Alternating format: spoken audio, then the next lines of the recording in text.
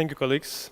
It's my pleasure to be here today because I'm used to work with the banking sector quite a while, in energy sector especially, and I see already many friends of mine here. First of all, I would like to thank you, Marco, for a good presentation. We definitely will have synergies with the port of Tallinn. Rail Baltica will move onward to Ülemiste station for passengers, and we have already built a tram from Ülemiste station to the city center from Rail Baltica. So we can even increase the passenger flows in the port of Tallinn, and we'll have also Muuga intermodal station. In the future, we'll be able to even increase the freight flows there. But today, I would like to emphasize more about the project itself, state of play, where are we now, and show how complex is the project. The financing of the project depends on the project development and governance. And governance and project development depends on financing. So it's circular reference, which one is first. This is why it is so complex. What is the project about? We have 9 TNT corridor projects or corridors in Europe. European Commission wants to implement 9 corridors until 2030. And we are one of the 9, starting from North Sea to the Baltic region. We are implementing here in Baltic states with the joint venture implementing bodies, the line here. We have PKP PLK in Poland, implementing the line in Poland. And we have good connectivity with Berlin, Germany, Hamburg, and we're ending up in Rotterdam, Amsterdam, elsewhere. But with other 8 corridors, we are interconnected everywhere. For example, in Warsaw, we're interconnected from Italy to Gdansk. So if the passenger comes from Baltic states to Warsaw, one can go anywhere in Europe. This is also important very much for the freight and for business. We have already have a lot of contacts and analysis made by Netherlands companies, German companies. They are already interested in business opportunities in the future when the train will be operational. And for passengers, this is utmost important. From Riga, if you travel now to Tallinn, it takes, 4 or 5 hours by car or by bus. It doesn't matter which one, at the same time. And from Riga to Tallinn, you will be able to travel in less than 2 hours. To be precise, 1 hour, 46 minutes. From Riga to Vilnius, you will be able to travel in 2 hours. From Vilnius to Warsaw in less than 4 hours. So it will completely change the connectivity between people and states. You will be able to work, travel, and have a leisure in each of the country every day. And we're building economic corridor. We're not building only tracks. It's useless to build just tracks and not use it. So therefore, we're already looking into commercialization of the project, although it will be built after 10 years and tested, but we already have a very tight schedule to build it. In 2017, 3 governments approved intergovernmental agreement. 3 parliaments ratified that in September. Lithuania was the last one to approve. But we have a full commitment from 3 Baltic states to implement project by 2025, 2026. And these 3 gentlemen said that the project is dedicated to fully integrate the Baltic states and their capitals into the European Union railway system and their trans-European network. This is utmost important part. So we have full commitment from the government side. We don't yet have full financing in place, but believe we will have. This slide is very important because the project governance reflects in the project development further on. On the top we have, I don't know whether you see it, it's white, we have Rail Baltica Task Force, where we have a special arrangement of people from 3 ministries, Lithuania, Latvia, and Estonia, as well Finland and Poland. And European Commission coordinator of the line, Catherine Trautmann, Madame Catherine Trautmann. She was just re-elected for 3 years, and she was one of the most important persons for us. She used to be Minister of Internal Affairs in France. She was twice Mayor of Strasbourg, and she still has good relations with Juncker. So for us, she's the key person to develop the project in time. Harold Reuters is director of DigiMove. He's supervising the project and taking all decisions. So these guys, we meet every quarter now and make decisions step by step. At lowest level, we have beneficiaries. So these are 3 ministries in each of the country. Vice ministers supervise the project very tightly every week. We have shareholders under ministries in Estonia and Latvia. And in Lithuania, we have Baltica Statyba, which is a SPV company under Lithuanian Railways. But Lithuanian Railways is owned 100% by the state as well. We have supervisory board. From each of the state, we do have 2 persons. And according to shareholders agreement, each country has to vote at least 1 vote in order to approve the decision. So each country has basically a veto right in order to not go onward or go onward. We just had the changes. Romas Švedas in Lithuania joined the supervisory board. He replaced another Lithuanian.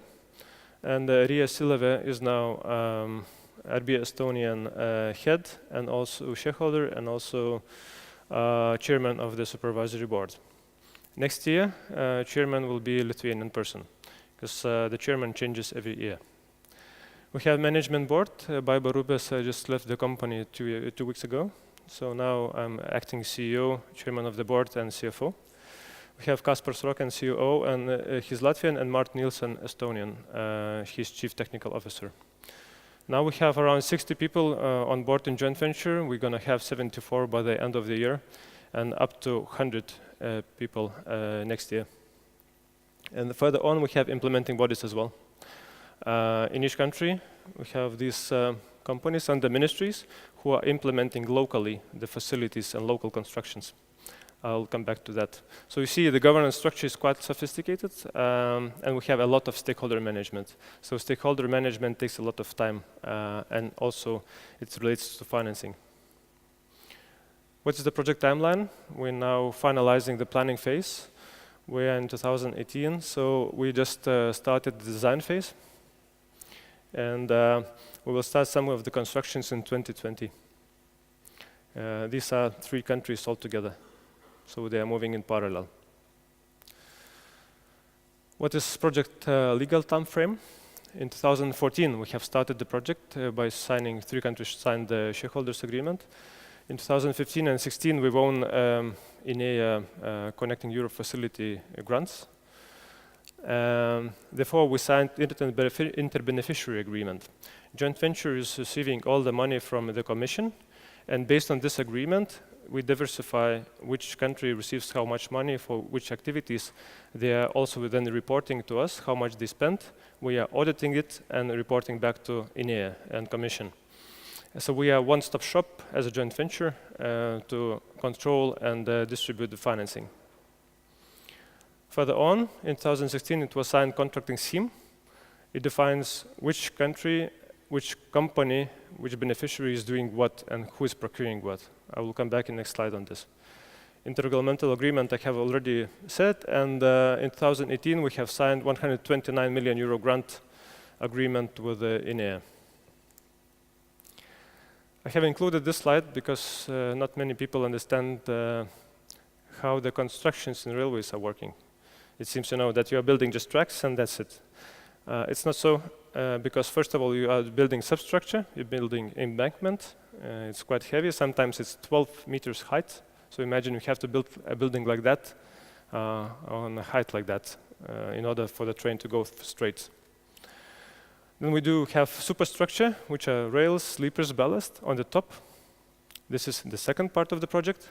We have signaling, electrification, signaling and RTMS, which is Europe Railways Traffic Management System, so that the train is going itself, or it's less needed of a person who controls the train, and it's very secured. People will not get in accidents.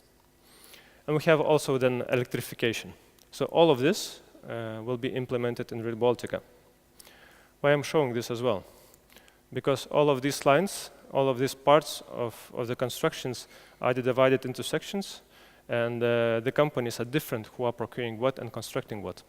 So joint venture, Rail in Latvia, we're responsible for all studies, all design activities in all countries. So design is at most important in the project because it defines how much capex we will need in the future.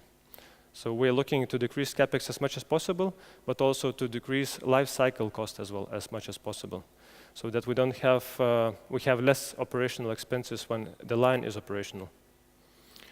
We have common standards. Last year we approved design guidelines. I will show you in next slide about this to compare us with other projects in Europe, or cross-border railway projects in Europe. For example, with Brenner base tunnel from Austria to Italy, or Turin-Lyon from France to Italy, or Fehmarnbelt from Denmark to Germany. We're building Rail Baltica line in fast speed or lightning speed, if you wish so. It looks like, you know, it 10 years to come. But for example, design guidelines, design parameters were approved in 6 months in Baltic states. In these projects, it was approved in 2, 3, 5 years.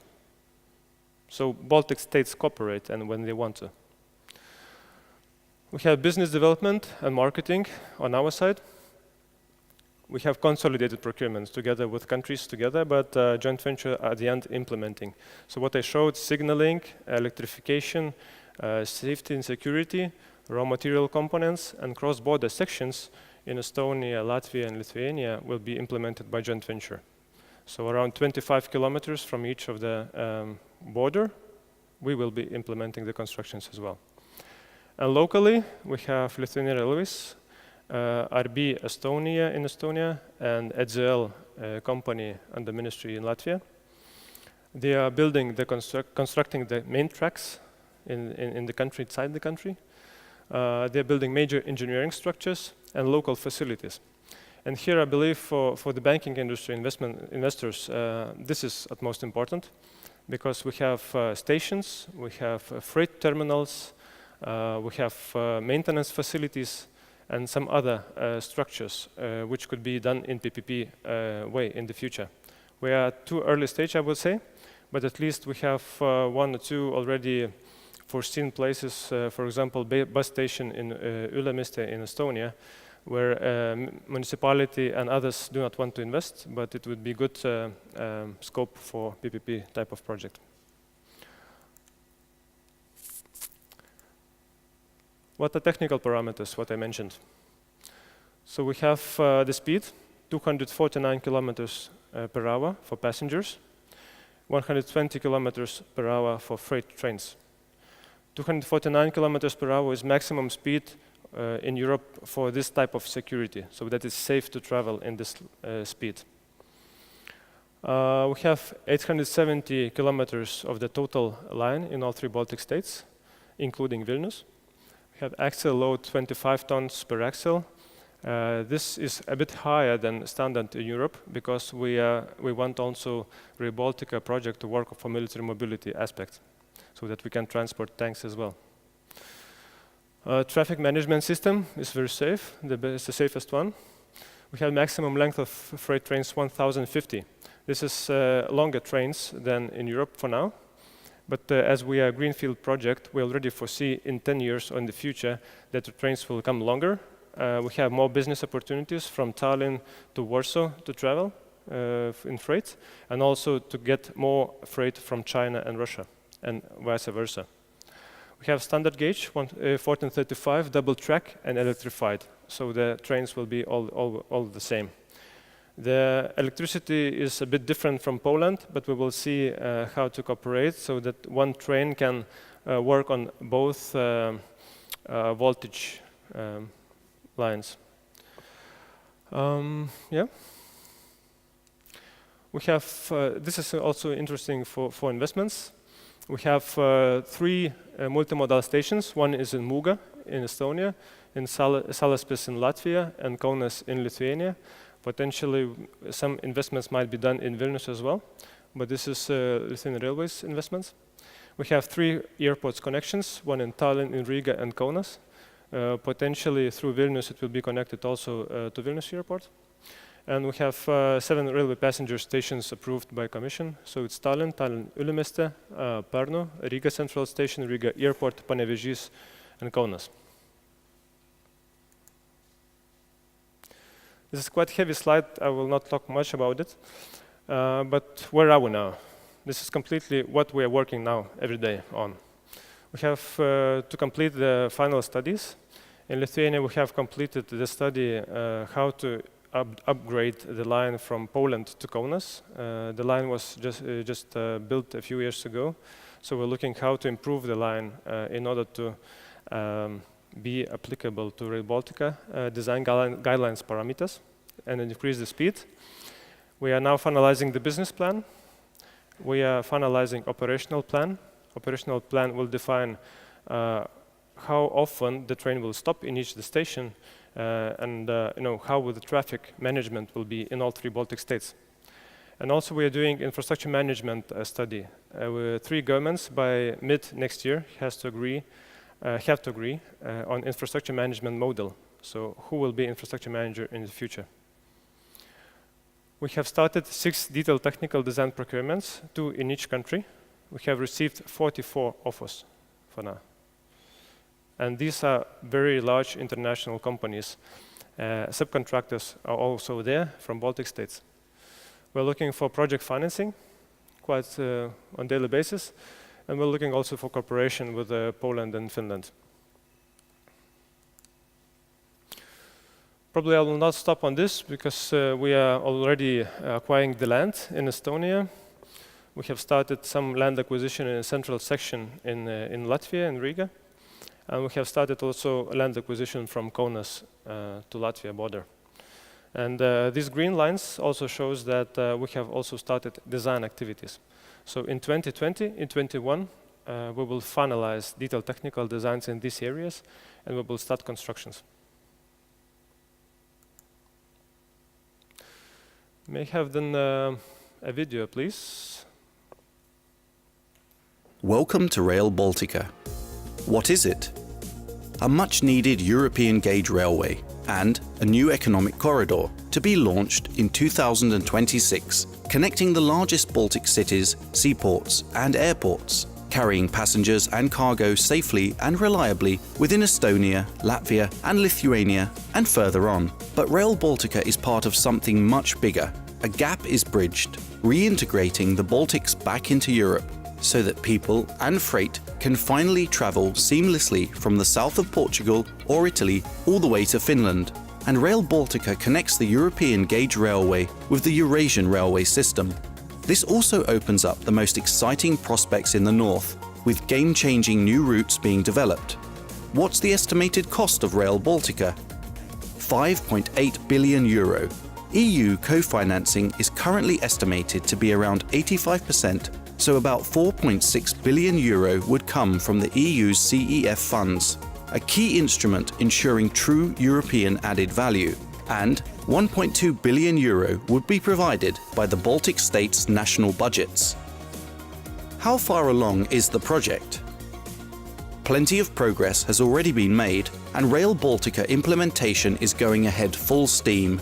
It is currently in the design phase, with some more planning, land acquisition and construction activities to follow soon.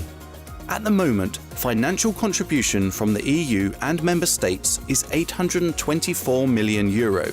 The design and construction phase will require just under 5 billion, with support for the design phase being particularly important. While Rail Baltica requires significant investment, its socio-economic benefits far outweigh the costs. Quantifiable benefits in the Baltics alone are estimated to be about 16 billion euro. Rail Baltica is going to mitigate climate change and reduce noise,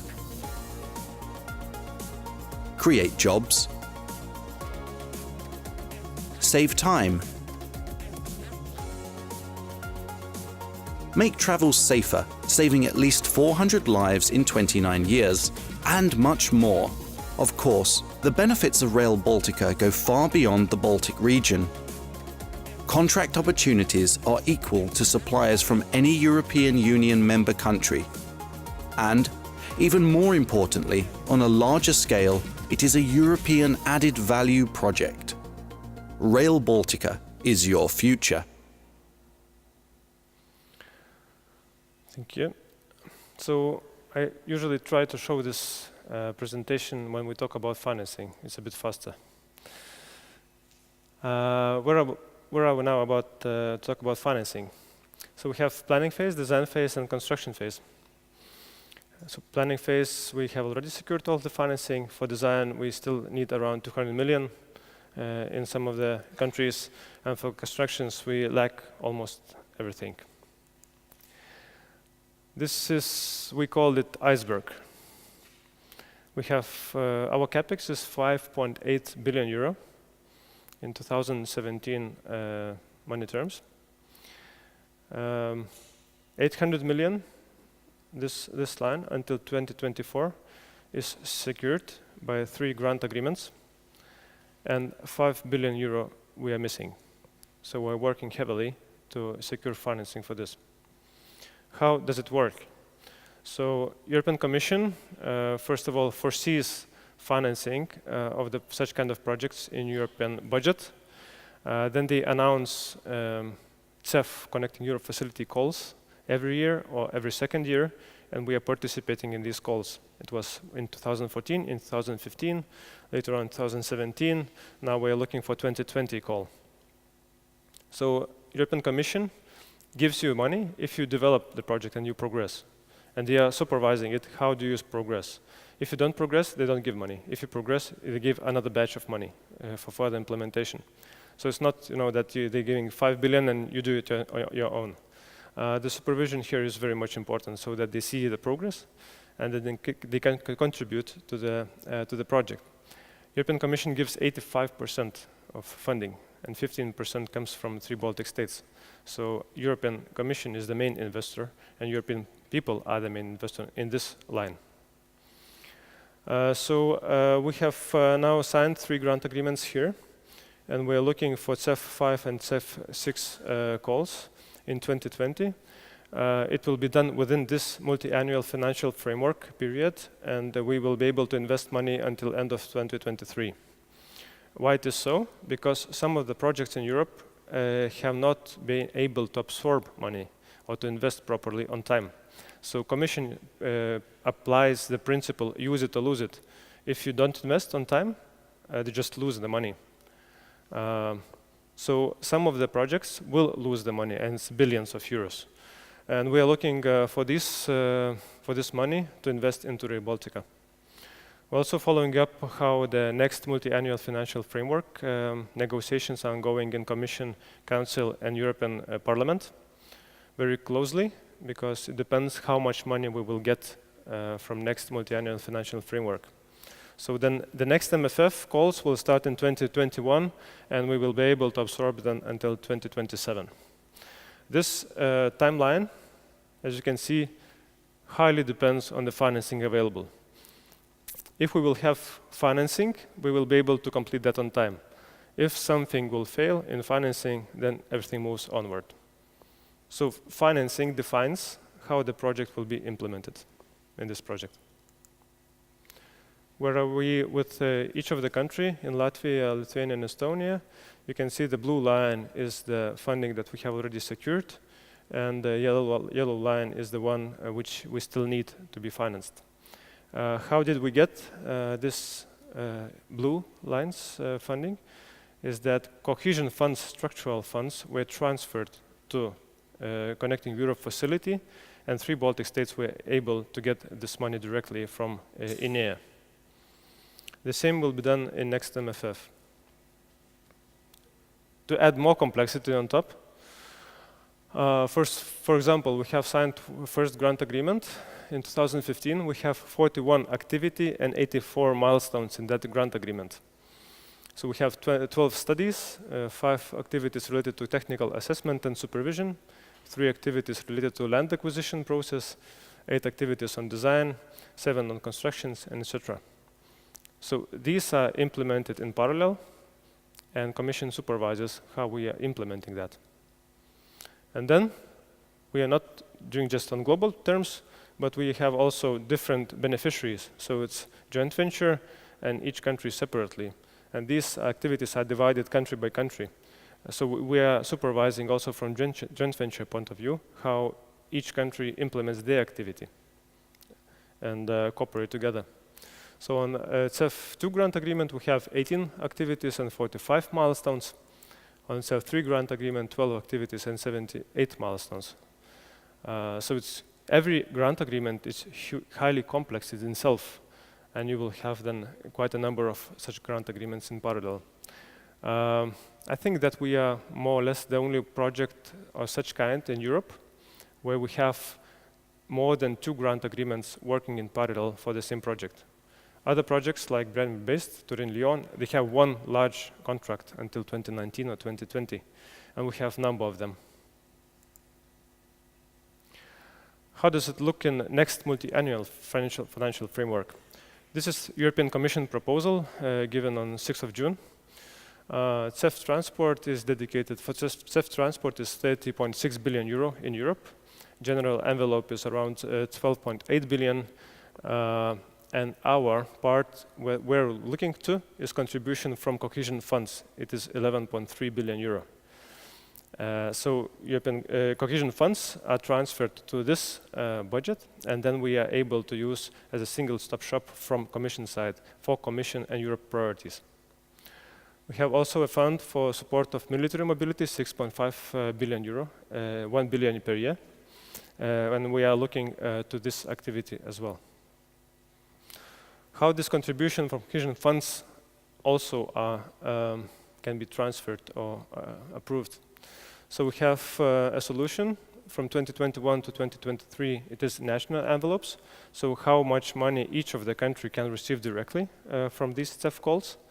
And we have 30% competitive call. What does it mean? So that cohesion countries has to participate in this 3.3 billion euro call. And whoever is first or whoever can make the most added value for Europe can get this money. And we are one of them.